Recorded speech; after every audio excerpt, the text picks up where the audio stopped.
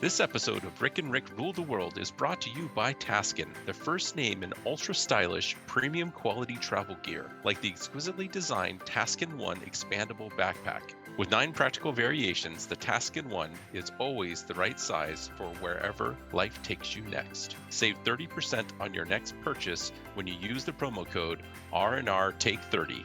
That's R&R Take 30 at taskinsf.com. And welcome back to Rick and Rick Rule the World. Rick Matheson and Rick Wooten, and part 2 of Trend Watch 2024 and our predictions for the world of marketing, media, tech, and pop culture in the year ahead.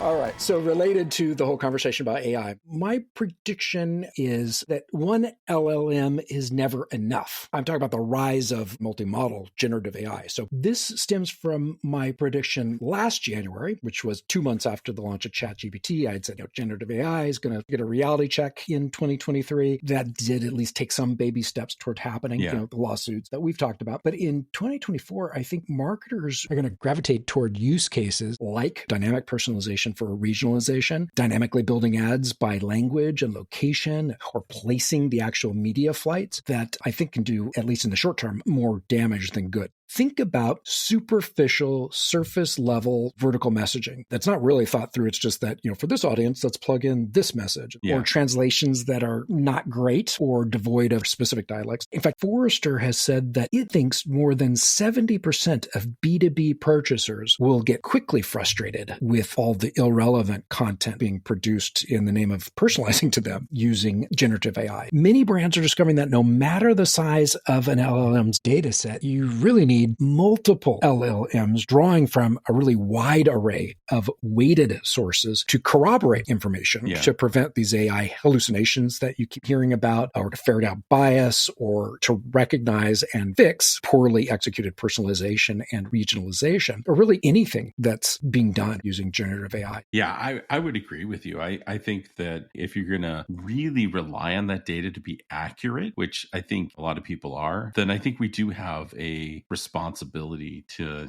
have that check and balance and have those different ways that we're checking in on it to make sure that it is as accurate as we're hoping it will be. I think I read a piece from an analyst at Ernst & Young that says that the hallucination rate for ChatGPT-4 can be as high as 20% of everything it says. And so I want to say it's like 70% of large corporations that are running pilots. They're setting up centers of excellence around, it's not just generative AI, it's AI in general, for things like governance, security, and accuracy. And so folks are going, oh yeah, let's look at all of our generative AI applications, or all our AI applications, and how to make it where they're doing what we need them to do correctly and at a high confidence level. Yeah. And giving you another example, I think one of the huge potentials of AI and generative AI in general is the ability to consume medical data and then come up with possible things that could be wrong with somebody. And, to identify things based on symptoms that, a human being may miss. But at the same time, it can't make stuff up. It has to be a very high confidence level. I like the phrase that you used. I think that's super important. I think, particularly when it comes to medical and everything else, it has to be at the highest level. Another acronym marketers will learn in 2024, if they haven't already, will be some variation on what some are calling DLM, or domain language models, or basically domain-specific LLMs. These are LLMs that are built and trained for specific industries. So think insurance, engineering, medicine, law, biomedical research, that have very specific terminology. I was talking to a data scientist who is also the CEO of an AI company the other day, and she was telling me that organizations are in for a very rude awakening when they try to use Gen AI in specific industries for really marketing or anything else. And the problem is that the existing LLMs available through subscription, like ChatGPT, are too general and get specific industry jargon and vernacular like completely wrong, which I suspect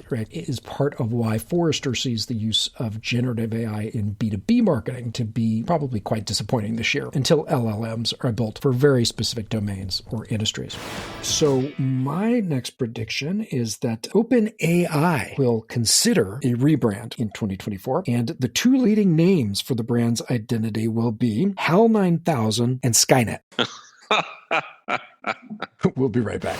This episode of Rick and Rick Rule the World is brought to you by Taskin, the first name in ultra-stylish, premium quality travel gear, like the exquisitely designed Taskin One expandable backpack. With 9 practical variations, the Taskin One is always the right size for wherever life takes you next. Save 30% on your next purchase when you use the promo code R&R Take 30.